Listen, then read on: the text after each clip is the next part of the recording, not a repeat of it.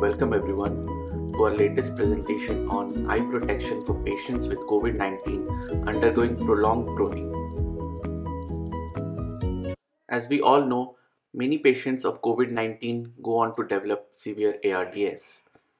Among these, those who do develop a severe ARDS and are unresponsive to maximal optimal ventilatory settings require prolonged prone positioning, which is for at least 16 hours per day, and it is now considered as an adjunctive therapy to improve the oxygenation in these patients.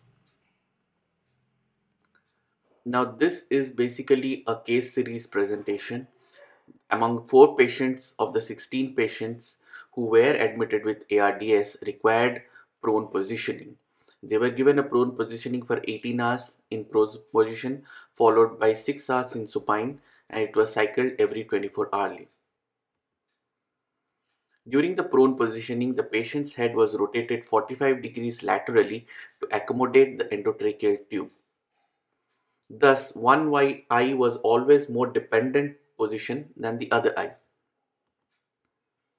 Now, here two cases in which eye changes were seen are reported.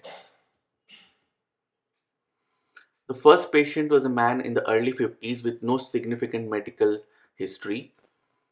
He had a total 9 sessions of 18-hour ventilation in prone position at the time of his eye examination.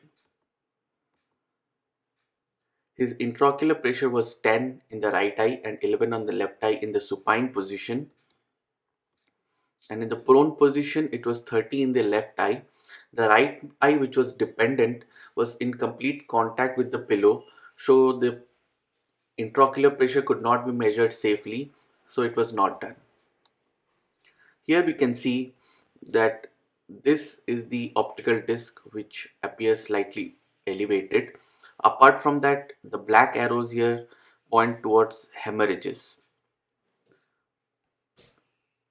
This is again the left eye, which also has mild elevation of the optical disc. This is a magnified view showing the elevated optical disc. Apart from that, here also we can see some hemorrhagic spots.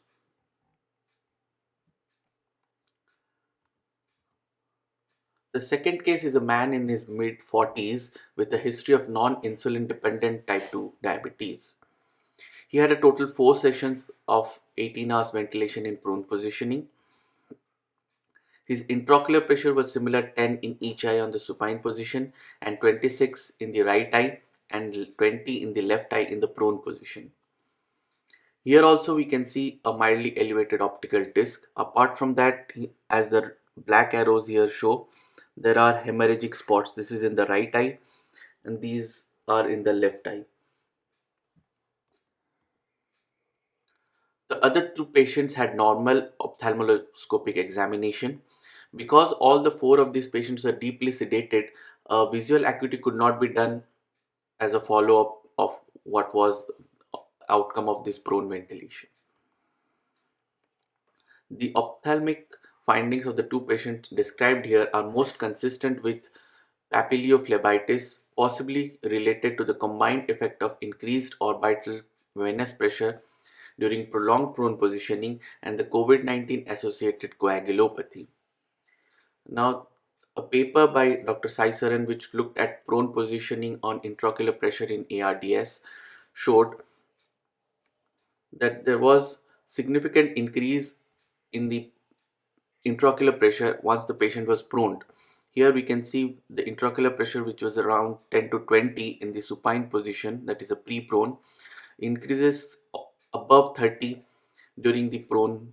So the authors concluded there is a significant increase in the intraocular pressure due to prone positioning among moderate to severe ARDS patients, which continues to increase towards higher values just before termination of the prone positioning.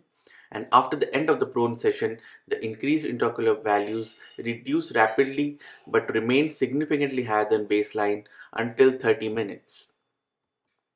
So the take-home message is we need to raise the awareness of a potential risk of vision loss following prolonged prone positioning. Encouraging the use of protective cushioning of the eyes to avoid mechanical pressure on the globe during prone positioning is extremely important. If appropriate, maintain the patient's head position above the heart level so that the venous pressure doesn't increase too much. And lastly, consider performing a fundoscopic examination to evaluate the presence of optic disc or retinal abnormalities in prone position patients in ICU. Thank you for your patience and check our website for further information.